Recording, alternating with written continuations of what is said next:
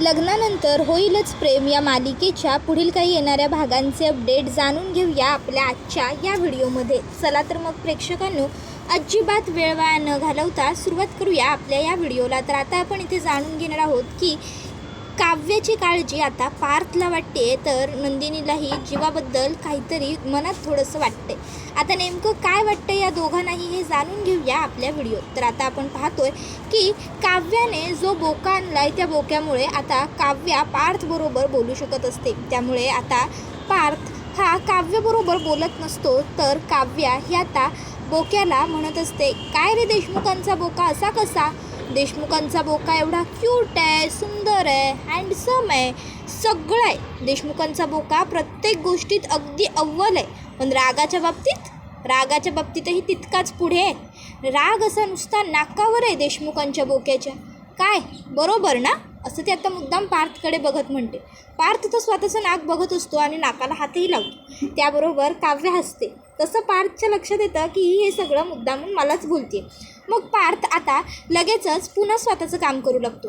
तर काव्या म्हणत असते, अरे बोक्या, एवढा राग बरा नसतो. नाही म्हणजे असं म्हणतात की राग आलं ना की उलटे अंक मोजायचे.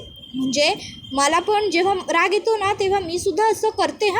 मला ही ट्रिक आहे ना कुणीतरी शिकवली होती, पण आता जाऊ दे, कुणी शिकवली होती ते काही सांगत नाही. पण तुला राग आला आहे ना, मग असे उलटे अंक मोजलेस की तुझा राग असा पटकन निघून जाईल आणि मग तू सुद्धा माझ्याबरोबर चांगलं वागायला लागशील, बोलायला लागशील. म्हणजे जेव्हा तू रुसतोस ना, मी तेव्हाचं म्हणते.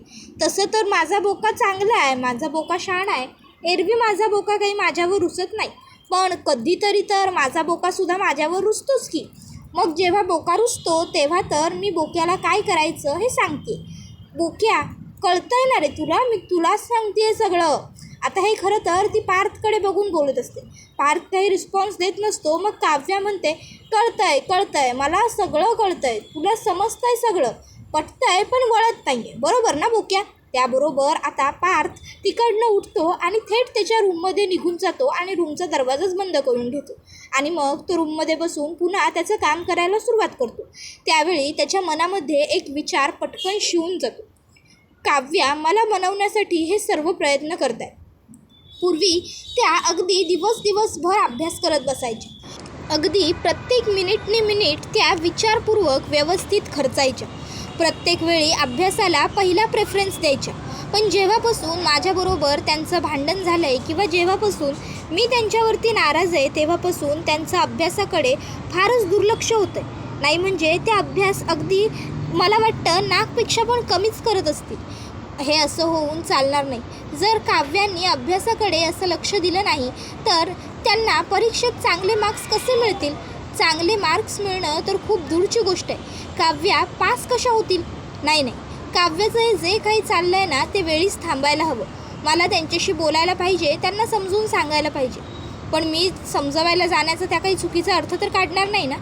नाही, ते काहीही असलं तरीही उगाचच्या उगाच माझ्या पाठीपाठी फिरण्याच्या नादात त्यांच्या अभ्यासाचं नुकसान होऊन त्यांना कमी मार्क्स मिळालेले मला चालणार नाही. या सगळ्यामध्ये भरडला जातोय तो फक्त त्यांचा अभ्यास.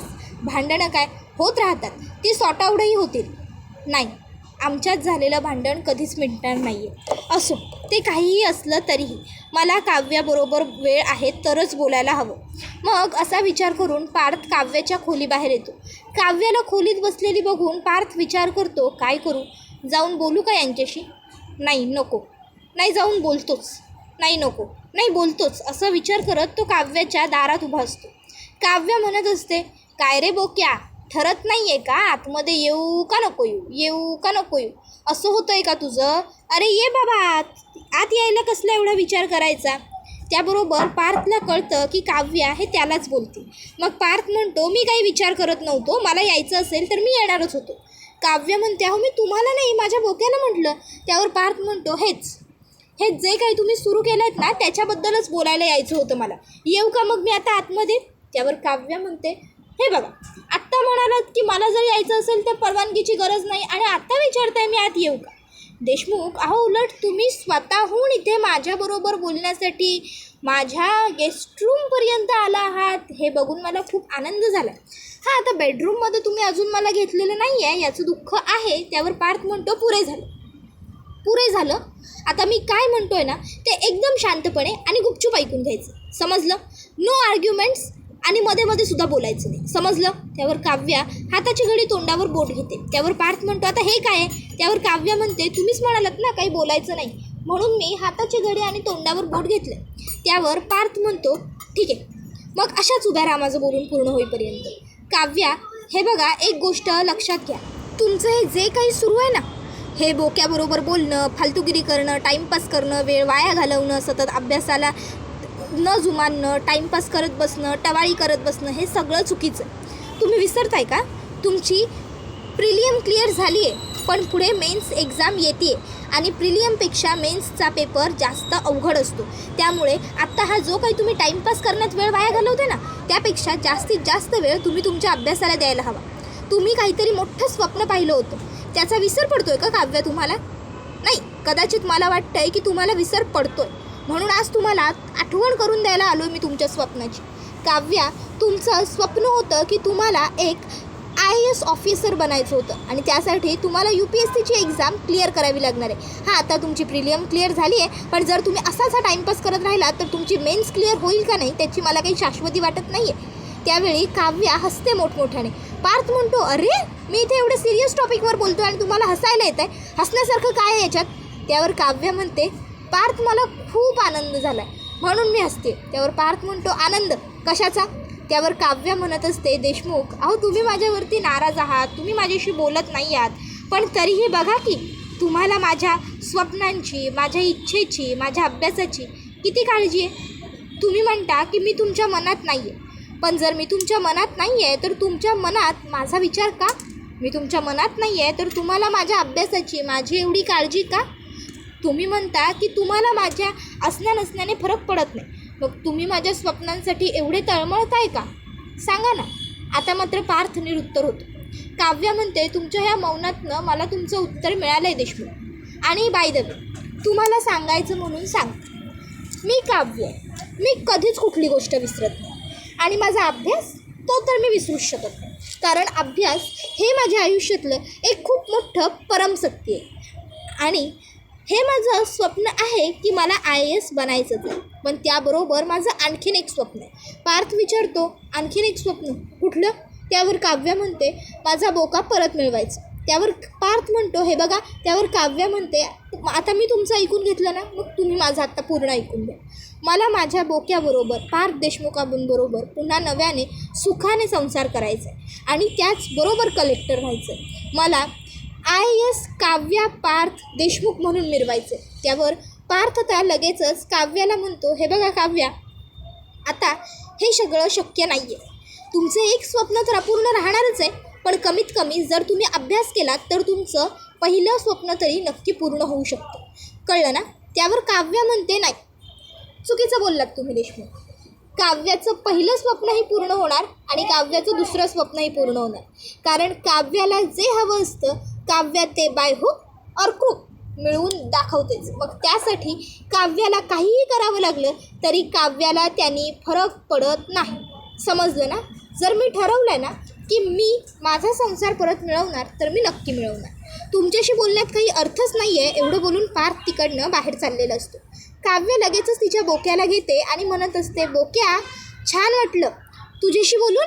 तसा पार्थ मागे वळतो.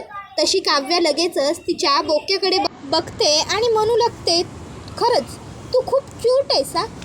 तुला तू दाखवत नसल्यास तरीही माझी काळजी आहे हे तुझ्या कृत्यातून मला प्रत्येक वेळी जाणवत येतच. पण शेवटी बघ, अजून मला ह्या घरात येऊन पूर्ण 24 तास झालेही नाही आहेत, तर तू लगेच येऊन तुझी काळजी माझ्याजवळ व्यक्तही केलीस. पण असो हा असो, आता तुला माझ्या अभ्यासाची एवढी काळजी वाटते म्हटल्यावर मी सुद्धा माझ्या अभ्यासाची काळजी घ्यायला हवीच की. काळजी करू नको, आजच्या नंतर मी माझ्या अभ्यासाची व्यवस्थित काळजी घेईन.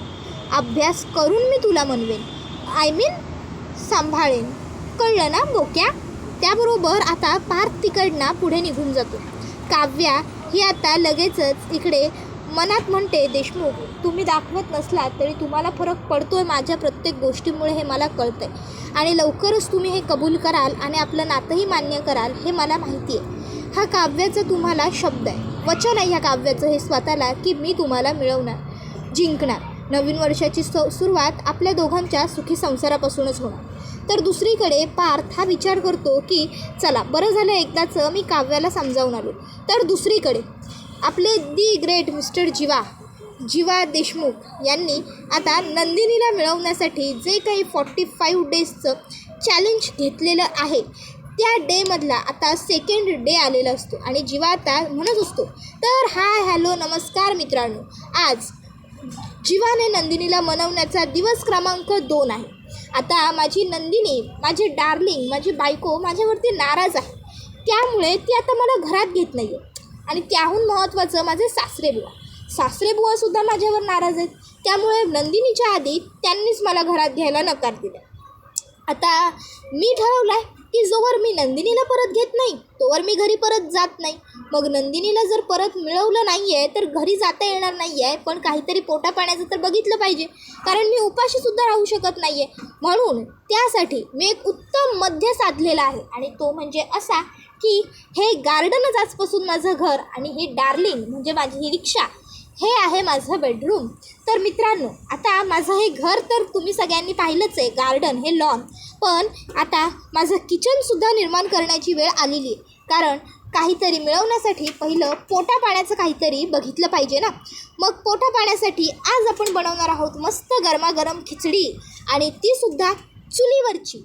हां, आता अर्थात आपण कधी चुलीवर स्वयंपाक बनवलेला नाही आहे, पण तरीही आज मी चुलीवर तुम्हा सगळ्यांना उत्तम पद्धतीने स्वयंपाक बनवून दाखवणार आहे. मी जर कुठे चुकलो तर मला तुम्ही सगळ्यांनी गाईड तर कराच. त्याचबरोबर बायकोला कसं मनवायचं यासाठी जर कोणाकडे काही जुगाड असेल तर तो सुद्धा आपल्या कमेंट सेक्शनमध्ये नक्कीच टाका.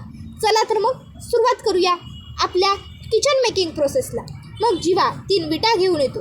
त्या विटांबरोबर आता तो काही लाकडं तिथलीच लॉन एरियातली गोळा करतो, पाळापाचोळा थोडासा गोळा करतो आणि मग खिचडी बनवण्याचं जे काही बेसिक साहित्य असतं ते सगळंसुद्धा तो बाजारातनं घेऊन आलेला असतो आणि आत्ता तो खिचडी बनवायला बसतो. आणि खिचडी बनवायला बसल्यावर त्याला आठवतं की आपल्याला तर खिचडी बनवताच येत नाही, मग करायचं काय? आता साहित्य तर खिचडी बनवण्याचंच आणलेलं आहे.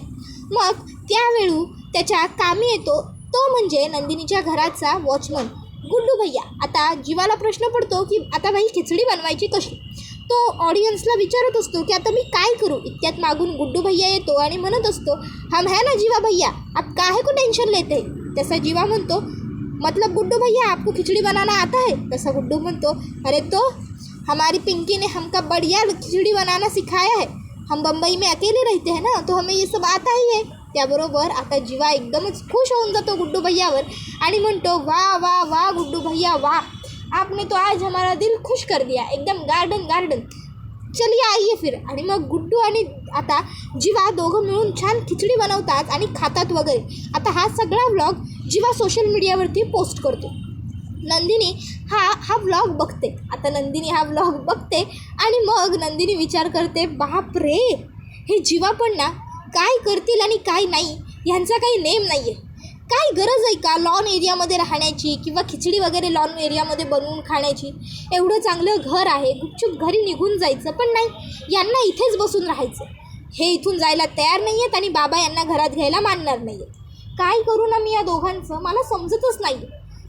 पण मी जीवांबरोबर खूप जास्त कठोर वागते आहे का? नाही, म्हणजे जीवा जे म्हणजे वागतायत ते सगळं खरं तर ते माझ्यासाठीच करत आहेत, पण मग तरीसुद्धा मी त्यांच्यावर एवढं कठोर वागून चूक तर करत नाही आहे ना. नाही, म्हणजे त्यांनी प्रेम केलं, पण प्रेम करणं थोडी गुन्हा आहे. त्यांनी प्रेम केलं याबद्दल माझी काही हरकतच नाही आहे. ते खोटं वागले, माझ्याशी खोटं बोलले, लग्नानंतर त्यांनी माझ्यापासून गोष्टी लपवल्या, मला अंधारात ठेवलं, हा माझा प्रॉब्लेम आहे. असा विचार नंदिनी करत असते. आता नक्की कुठल्या मनाचं ऐकावं हे तिलाही कळत नसतं, त्यामुळे ती गोंधळात असते. तर दुसरीकडे आता पिहू जी आहे ती स्केच काढत असते. अचानक तिचा ब्लॅक स्केच पेन संपतो. आता पिहूला स्केच पेन हवा असतो. पिहू विचार करते, पार्थकडे मागते. ती पार्थच्या खोलीत येते, पण पार्थ खोलीत नसतो. पिहू आता तिथे चेक करते, पण तिला काही ब्लॅक स्केच पेन सापडत नाही पार्थजवळ. मग ती विचार करते रम्याताईच्या खोलीत सापडेल. मग ती रम्याच्या खोलीत येते. आणि रम्याच्या खोलीत आल्यावर मग तिकडे आता पिहू स्केच पेन शोधू लागते. आता रम्या आणि वसू दोघीही खोलीत नसतात. पिहू विचार करते, अरे यार इथे समोर स्केच पेनही नाही आहे आणि रम्याताईही नाही आहे. रम्याताई असती तर तिने लगेच शोधून दिला असता. बरं जाऊ दे, सोड, मीच बघते. मग पिहू स्केच पेन शोधत असताना आता तिला ती बॅग दिसते, सूटकेस, ज्यामध्ये जीवा आणि काव्याचे फोटो आणि काही गिफ्ट वगैरे असतात. पिहू विचार करते, अरे ही सूटकेस कसली आहे? रम्याताई आणि वसुमावशी कुठे जात आहेत का? मग पिहू ती सूटकेस उघडते आणि ती सूटकेस उघडल्यावर पिहूच्या चेहऱ्यावरचे रंग बदलतात, कारण त्या सूटकेसमध्ये आता पिहूला सगळे जीवा आणि काव्याचे ते फोटो दिसतात, जे फोटो त्या दिवशी बिग स्क्रीनवरती डिस्प्ले झाले होते. पिहू ते सगळे फोटो बघते आणि घाबरते 2 मिनटं आणि ती म्हणू लागते, याचा अर्थ हे सगळं काही रम्याताई आणि वसुमावशीने केलं होतं. नाही, असं नाही होणार. पण मग हे सगळं इथे काय करतंय? काय करू? हे सगळं जाऊन मी मालिनी मला सांगू का? नाही, नको, मी काव्या बहिणीशी बोलते.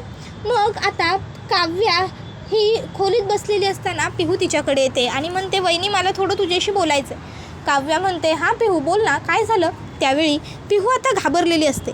काव्या तिला म्हणते, पिहू काय झालं? आणि तू इतकी घाबरलेली कायस? तू ये इथे बस बरं, हे घे पाणी पी. काय झालं पिहू? मग पिहू आता काव्याला सांगते, काव्या वहिनी त्या दिवशी तुझे आणि जीवादादाचे जे फोटो स्क्रीनवरती डिस्प्ले केले होते ते कोणी केले होते ते मला कळलं आहे. त्यावर काव्या म्हणते, काय? कोणी केलं होतं ते सगळं पिहू? त्यावेळी पिहू सांगत असते, काव्या बहिणी मला नक्की तर माहीत नाही आहे की ते सगळं कोणी केलं होतं, पण आत्ता त्या दिवशी जे फोटो स्क्रीनवरती डिस्प्ले झाले ते सगळे फोटो मी वसुमावशी आणि रम्याताईच्या खोलीत पाहिलेत आणि त्याच्याबरोबर काही गिफ्टसुद्धा आहेत आणि काही स्केच, काही कविता लिहिलेली कागदं त्या सुटकेसमध्ये खूप काही वस्तुका आहेत, सुटकेसभर वस्तुका. त्यावर हे ऐकून काव्याचं सगळं लक्षात येतं. काव्या म्हणते, बरं पिहू तू घाबरू नको, तू शांत हो. पिहू म्हणते, वहिनी माझं नाव? त्यावर लगेच काव्या म्हणते, काळजी करू नकोस, तुझं नाव या सगळ्यात कुठेही येणार नाही. मग तर झालं. त्याबरोबर पिहू शांत होते. मग आता लगेचच काव्या ही वसू आणि रम्याच्या खोलीत येते आणि ती आता वसू आणि रम्याला मोठमोठ्याने हाका मारते. वसू आणि रम्या म्हणतात, आमचे कान फुटलेले नाही आहेत, आम्हाला ऐकू येतं. काव्या आता ती सुटकेस उघडायला जाते. रम्या म्हणते, ए काव्या, माझ्या खोलीतल्या माझ्या वस्तुकांना हात लावलेला मला आवडत नाही आहे. काव्या तिला बाजूला करते एका हाताने खेचून आणि ती सुटकेस उघडत म्हणते, हे सगळं काय आहे रम्या? याचा अर्थ हे सगळं तूच घडवून आणलं होतंस ना? त्यावेळी रम्या आता घाबरलेली असते. तर आता वसू आत्याही घाबरते, पण रम्या थोडंसं धाडस करून म्हणते, हे बघ, हे सगळं कोणी कुणाच्या समोर आणलं आणि काय, या सगळ्याने ना आता काहीही फरक पडत नाही, समजलं ना? फरक या गोष्टीने पडला पाहिजे की तू खोटारडी आहेस, तू पार्थला फसवलंयस, तू त्याची फसवणूक केलीस. अगं निर्लज्ज मुली, तू स्वतःच्या सख्ख्या बहिणीची सुद्धा फसवणूक केलेली आहेस, तुला लाज वाटत नाही का? त्याबरोबर काव्या म्हणते, रम्या बास, गप्प बस, नाही तर थोबाड फोडे ना मी तुझं. आणि राहिला प्रश्न, मी कोणाची फसवणूक केली आहे आणि कोणाची नाही याचा, तर हे सगळं तू बोलूच नको, कारण तुझ्या आईमुळेच झालं हे सगळं. जर तुम्ही त्या दिवशी नंदिनी ताईला दीपकबरोबर मिळून किडनॅप केलं नसतं ना, माझं आणि पार्थचं लग्न झालंच नसतं, हा सर्व गोंधळ घडलाच नसता. तुझ्या मूर्ख आईमुळे आणि तुझ्यामुळे हे सगळं झालं आहे, हे तुम्ही दोघींनीही विसरू नका, समजलं ना? आणि राहिला प्रश्न की ह्या सर्व गोष्टींचं काय, तर प्रेम करणं हा मुळात गुन्हा नाही आहे, समजलं ना? तू करतेस तोही गुन्हाच आहे की पार्थवर प्रेम करण्याचा. त्यावर रम्या लगेचच म्हणू लागते, हे बघ काव्या, तू आमच्याबद्दल काही बोलूच नकोस, तुला तो हक्कच नाही आहे. त्यावर काव्या म्हणू लागते, मुळात तू करतेस ना तो गुन्हा नाही, ते पाप आहे, पाप.